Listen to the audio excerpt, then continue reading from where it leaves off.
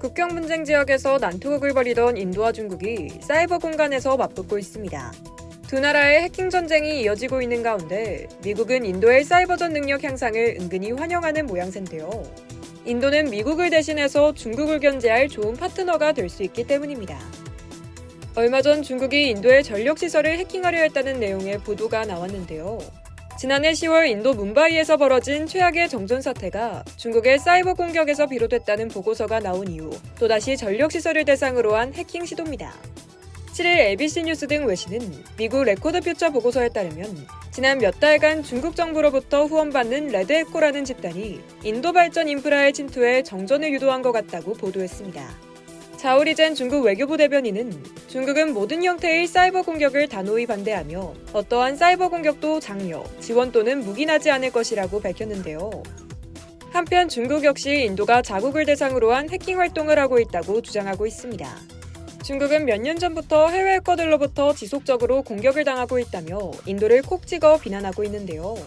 사이버 보안 관련 전문 매체 데일리스윅에 따르면 인도에는 우수한 IT 인재들이 코로나19 팬데믹 이후 해커들로 변신했고 경제 위축으로 고용 환경이 나빠지자 인도 정부가 해커들을 키우기 시작했다고 설명했습니다. 지난해 11월 중국 유명 사이버 보안 제품 개발업체 안텐과기는 관영 황구15일 올해 인도로부터 여러 차례 사이버 공격이 있었다고 밝힌 바 있죠. 공격 대상은 중국 국방군사 관련 국영기업이 포함되어 있으며 인도 해커들이 정부 공무원 내지 군인으로 위장하고 피싱 파일을 뿌리는 방법으로 컴퓨터 정보 수집을 시도했다고 주장했습니다.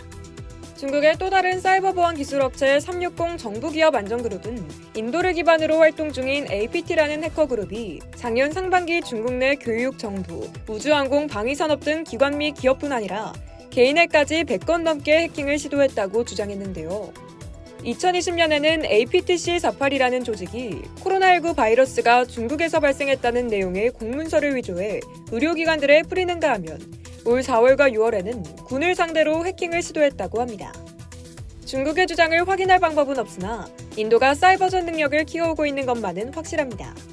일례로 2020년 해외무역법 개정 때 군사적 사이버 작전 실행을 위해 만들어지거나 개조된 소프트웨어를 수출할 수 없다는 내용을 추가했죠. 전문가들은 인도 정부가 미국이나 영국처럼 능동적 방어를 취하기 위해 이 법을 만들었다고 봅니다. 첩보 내용을 바탕으로 위협 세력으로 판단되면 선제 공격을 감행해 위험을 제거할 수 있다는 것인데요. 여기서 위협 세력은 중국일 가능성이 높습니다. 인도는 중국산 앱들이 개인정보를 마구 빼간다며 200개 넘는 앱을 퇴출시켰죠. 중국은 이미 인도 내 애국 해커들의 주공격 대상이 됐습니다. 인도는 한술 더 떠 빈곤층 청소년들에게 IT 기술 교육을 무상으로 제공하겠다는 계획도 세웠습니다. 인도 정부가 마음먹기에 따라 중국은 일찍이 경험하지 못한 최강의 대규모 해커 부대와 싸워야 할지도 모릅니다. 이에 서방 국가들은 인도의 부상을 은근히 기뻐하고 있습니다. 사이버 공간에서 중국을 견제할 강력한 대항마가 될 수 있다고 보기 때문입니다. 이상 열도TV였습니다.